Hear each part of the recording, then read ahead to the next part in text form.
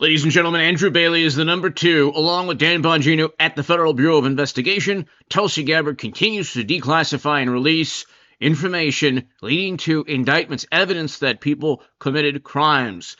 Namely, people like Clinton, Comey, Brennan, Clapper. These are intel, former President Obama, intelligence officials, Secretary of State, a whole bunch of people set up and framed Trump. Now, I believe this is just speculation. I have no inside knowledge of any of these things. You subscribe to this channel and hit subscribe because you like or enjoy or appreciate my knowledge or my insight or my thoughts on what's going on. President Trump is going to indict a number of people under serious legal statutes or for serious crimes, utilizing statutes that they even leveled against Trump. They set up and framed Trump. They did so with a monstrosity of a bureaucracy. I do believe, this is just my guess, that there were a number of people either loyal to Democrats, partisan, or leaking information to, potentially, the Post, the Times, a whole bunch of publications. Potentially, possibly, as the Honorable James Comey says, possibly, potentially, there were leakers, there were moles. There were people who were undermining Tulsi Gabbard, undermining President Trump, undermining Central Intelligence Agency Chief John Ratcliffe. We can go down the list. Kash Patel at the Federal Bureau of Investigation. There are people working against President Trump's administration even to this day. This is purely just speculation on my part, but 50% of the Director of National Intelligence staff, that's hundreds of government employees or intel officials, intel employees, are gone now. Gabbard to slash Director of Intelligence staff by nearly 50%, ABC News. Of course, not all of these people, perhaps the vast majority, are wonderful, amazing, awesome patriots. Okay? Most people in government, almost everybody in government is hardworking, wonderful, loves the country. There are people, however, that text each other how much they despise Trump. The government has those text messages. There are people who conspired to set up and frame Trump to accuse him of being a Kremlin operative. Hit subscribe. I do think that they have found either a number of people or they have found perhaps groups of people undermining President Trump.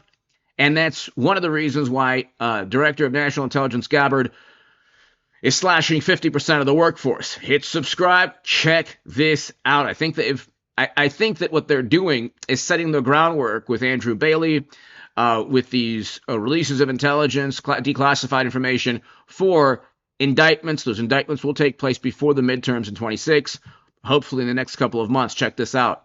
News tonight, the Trump administration continuing to root out the deep state. Earlier today, Director of National Intelligence Tulsi Gabbard stripped 37 security clearances over a Barack Obama ordered intelligence report of Russian interference in the 2016 election.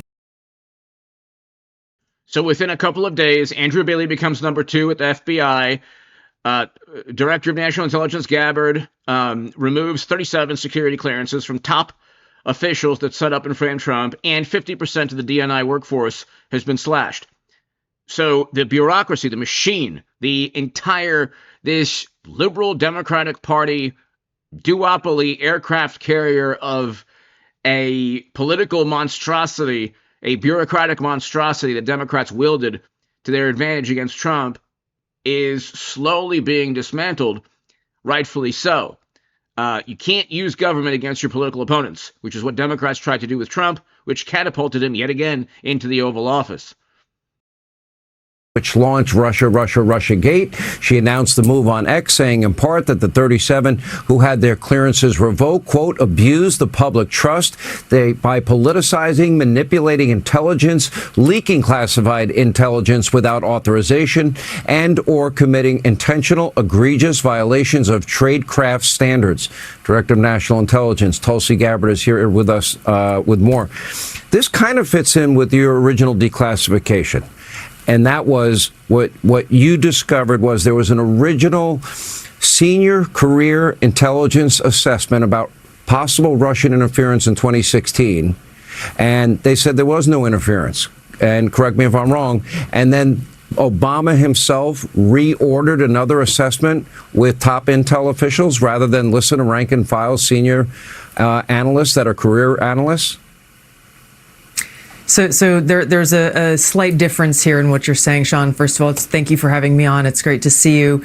The intelligence community assessed in the months leading up to that November 2016 election that, yes, Russia was trying to interfere in our election by sowing discord and chaos, but stating over and over again that Russia did not appear to have any preference for one candidate over the other. They viewed both as equally bad for Russia's interest.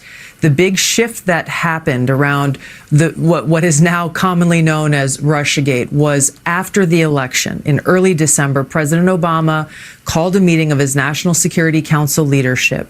From that meeting, there was directive that was delivered from President Obama to then Obama's DNI, James Clapper, to then CIA Director John Brennan, to come up with a new intelligence community assessment that contradicted the ones that had been produced previously by the intelligence community. This new one said that Russia, Putin, did try to interfere in the election because he wanted Trump to win.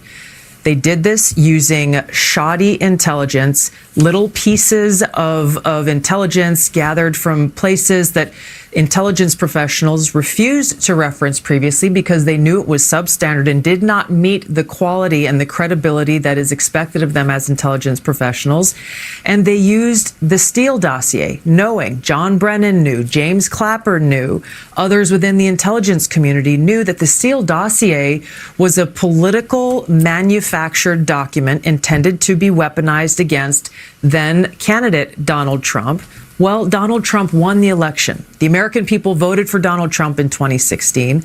So these intelligence leaders, and John Brennan and James Clapper and James Comey, then director of the FBI, then used this Steele dossier as a source for this Obama-directed new intelligence assessment. Again, stating and alleging that Putin, Russia, tried to help Trump win the election. Clearly showing a preference for Donald Trump. Now, if you go to odni.gov, people who say, well, Tulsi, this is just your view or your interpretation. No, it's all in hundreds of pages of documents that I've declassified and released that show point by point exactly what happened through this timeline that showed this very dangerous thing that occurred in the creation of Russiagate, the creation of this manufactured intelligence assessment that essentially had the intent of undermining the voices and votes of the American people who elected Donald Trump. They were not happy with the outcome of that election. And so they created this politicized, weaponized piece of fake intelligence that, as you mentioned, then went on to serve as a foundation for everything that came after, the multiple investigations, the years-long Mueller investigation, 2 congressional impeachments, investigations in the raid at Mar-a-Lago. The list goes on and on. And they were able to do that with people who leaked information, people who gave information to journalists, quote unquote journalists. Journalism is at an all-time low in the United States of America. 50% of Americans either don't trust journalists, over 50%, or a poll just came out, don't think they're influential in American society anymore. Because a journalist, unfortunately, became an activist, a liberal Democratic Party activist. You can read, like the New York Times, for example, the journalists there, they say we have no bias. We're not affiliated with any political party. Yeah, but every single article that's published is published from a liberal viewpoint, aimed at trying to destroy or ruin or tarnish or demean or disparage the Trump administration. And that's been the case for eight years.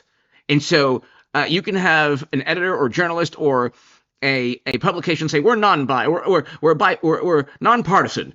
But if everything that they publish and what they don't publish, if they lie by omission, if they don't tell you that, oh, by the way, the dossier was purchased by Clinton, and we shouldn't look at it as an intelligence report. They say they never did that. They never said, oh, my God, Trump is innocent. This thing was purchased by his direct political rivals.